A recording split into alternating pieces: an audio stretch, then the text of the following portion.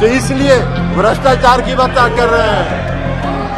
बैठिए बैठिए ना बाबा, आप बैठिए, आप बैठिए। जगह विदाई होगा आपका। बैठिए, चलिए बैठिए, भाषण दे रहे हैं। बैठिए बैठिए, आप बोलिए ना, आप उधर ध्यान मत दीजिए। राजीव जी, राजीव रंजन जी।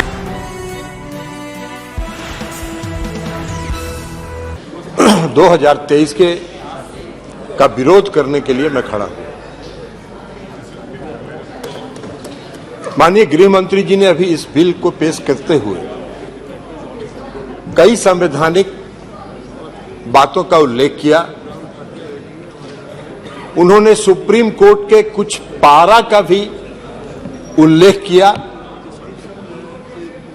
लेकिन शायद उन्होंने इस बात का उल्लेख नहीं किया कि इस देश में संविधान के प्रावधानों की व्याख्या करने का अधिकार इस देश के सर्वोच्च न्यायालय को है। और सर्वोच्च न्यायालय के संविधान पीठ ने 11 मई के अपने फैसले में इसकी विस्तृत व्याख्या की। उन्होंने पढ़ा, कई प्रावधान पढ़े, कई पारा पढ़े, लेकिन जो उनकी सुविधा के मुताबिक उनको सूट करता था वो पारा उन्होंने पढ़ा। पूरे जजमेंट को नहीं पढ़ा उन्होंने। पूरे जजमेंट में विस्तृत तौर पर सर्वोच्च न्यायालय ने इसके दिल्ली के क्षेत्राधिकार के मामले में व्याख्या की है, संविधान की व्याख्या की है, कानून की व्याख्या की है। लेकिन आपको बैकडोर से शासन करना था। 11 मई को जजमेंट आता है, 19 मई को सुप्रीम कोर्ट बंद होने वाला है, 19 मई को आप अध्यादेश लाते हैं और उसके पहले आप सुप्रीम कोर्ट में रिव्यू पिटीशन फाइल करते हैं। ये लोकतंत्र है क्या? इसी को लोकतंत्र कहते हैं। ऐसे ही लोकतंत्र को आप चलाना चाहते हैं? सभापति महोदय, लोकतंत्र चलता है लोकलाज से, और इस सरकार ने सारे लोकलाज को ताखे पर रख दिया और डुबो के इस दिल्ली में शासन करना चाहते हैं। आप बैकडोर से शासन करना चाहते हैं। अभी माननीय गृह मंत्री जी ने बिल को पेश करते हुए कहा कि दिल्ली की सरकार 2015 में ऐसी बन गई कि जो भ्रष्टाचार के मामले में जिसका काम ही नहीं है सेवा करना। अरे सेवा दिल्ली की सरकार जनता की सेवा कर रही है कि नहीं कर रही है, यह फैसला तो करने का अधिकार दिल्ली की जनता को। आप कैसे बैठ के यहां फैसला कर सकते हैं? आपको कौन अधिकार दिया है यहां फैसला करने? चुनाव तो आप भी लड़ते हैं दिल्ली में,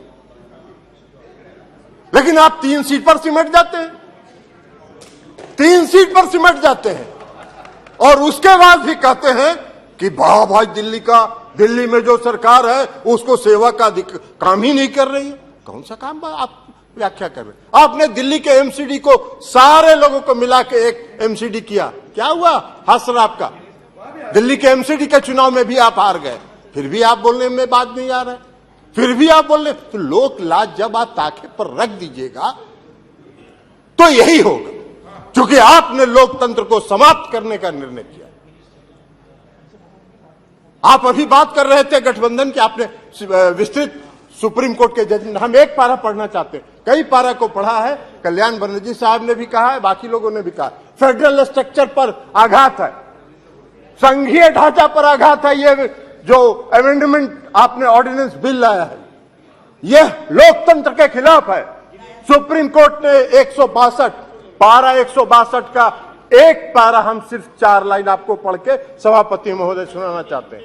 we retreat that in light of article 239 AA and the 2018 Constitution bench judgment, the Lieutenant Governor is bound by the aid and advice of the Council of Ministers of NCTD in relation to matters with the legislative scope of NCTD. As we have held that NCTD has legislative power over services excluding public order, police and land, under entry 41 in list 2, the Lieutenant Governor shall be bound by the decision of GNCTD on services as explained above. to clarify any reference to Lieutenant Governor over sub-services, excluding services related to public order, police and land in relevant rules shall mean Lieutenant Governor acting on behalf of GNCTD. सारा तो स्पष्ट कर दिया supreme court ने। फिर आपको क्या अध्यादेश लाने की जरूरत पड़ी? क्यों आप इंतजार करते रहे? आपने रिव्यू पिटीशन फाइल किया था, तो रिव्यू पिटीशन जब आप फाइल किए थे तो रिव्यू पिटीशन का आप इंतजार करते। रिव्यू पिटीशन में सुप्रीम कोर्ट का क्या फैसला होता है, लेकिन नहीं, आपने इंतजार नहीं किया। आपने 19 तारीख को सुप्रीम कोर्ट बंद हो रहा है गर्मी की छुट्टी के लिए, और 19 तारीख को आप अध्यादेश जारी कर रहे। आपकी मंशा है, आपकी मंशा है बैकडोर से शासन करना, मनोनीत लोगों के माध्यम से चुनी हुई सरकार पर शासन चलाना। यही मंशा आपकी दिल्ली में भी है और यही मंशा देश के अन्य भागों में। ये कौन सा शासन आप चाहते, कौन सा लोकतंत्र स्थापित करना चाहते हैं? अभी चर्चा कर रहे थे माननीय गृह मंत्री, गठबंधन की चर्चा कर रहे थे, इंडिया की भी चर्चा कर रहे थे।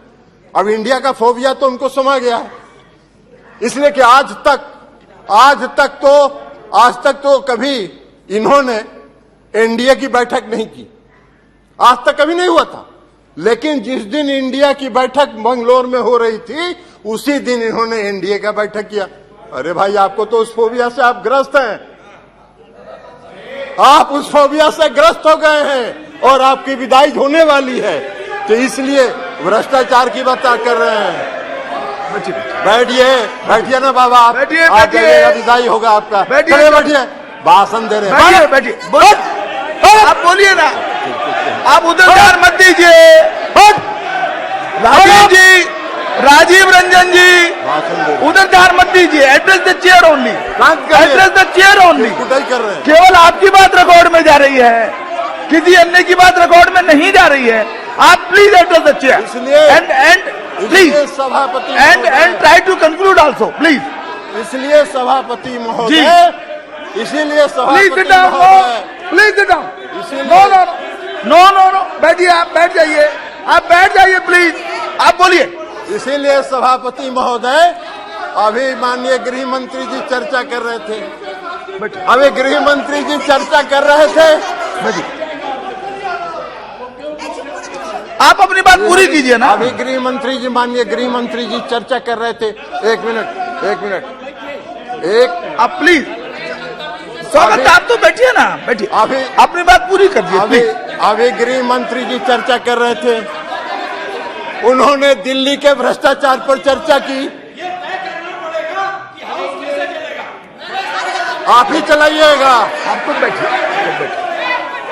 जी, हाँ, आप अपनी बात पूरी कीजिए प्लीज। इसलिए सवाल, आप अपनी बात पूरी कीजिए, अपनी बात पूरी कीजिए। सभापति महोदय, अभी सभापति महोदय माननीय गृह मंत्री जी चर्चा कर रहे थे, पेश करते हुए उन्होंने कहा कि दिल्ली में बहुत भ्रष्टाचार हो गया है, भारी भ्रष्टाचारियों का जमाव हो गया है। महाराष्ट्र के बारे में उन्होंने चर्चा नहीं की। 4 दिन पहले प्रधानमंत्री ने कहा 70,000 करोड़ का घोटाला हुआ और सबको वॉशिंग मशीन में डाल के बाहर निकाल लिया। अरे वाह भाई वाह, भ्रष्टाचार की परिभाषा कर रहे हैं और देश देख रहा है। आपको भी गृह मंत्री जी, पूरा देश देख रहा है कि कौन से भ्रष्टाचार की आप व्याख्या कर रहे हैं और कौन सा भ्रष्टाचार पर आप नियंत्रण करना चाहते हैं। भ्रष्टाचार का भय दिखाकर अपनी राजनीतिक बात पूरी कीजिए जी। इसलिए चिंता मत करिए, धन्यवाद। जनता देख रही है आपको भी। 2024 में आपका भी फैसला जनता कर देगी। और इसी के साथ अरे कैसे खत्म हुआ? आपने अभी तो कर दिया भाई। नहीं, हो गया ना पूरा, अभी नहीं कंक्लूड करने दीजिए। कीजिए, तो इसलिए कीजिए, पूरा कीजिए। इसलिए सभापति महोदय, मैं ये कहना चाहता हूं कि जो यह बिल, अरे बैठिए पीछे, बैठ जाइए। यह बिल जो आया है, यह बिल लोकतंत्र का विरोधी है। लोकतंत्र को समाप्त, वैसे इनकी मंशा है, इस सरकार की मंशा है लोकतंत्र के सारी संस्थाओं, आपने कह दी अपनी बात, आपने सारी बात कह दी है। संस्थाओं को ध्वस्त करना इनकी मंशा है। Thank you. ये कर रहे हैं, लेकिन यह लोकतंत्र विरोधी है, संघीय ढांचा के खिलाफ है। मिश्रा जी, हमारी पार्टी और हम लोग इसका विरोध करते हैं।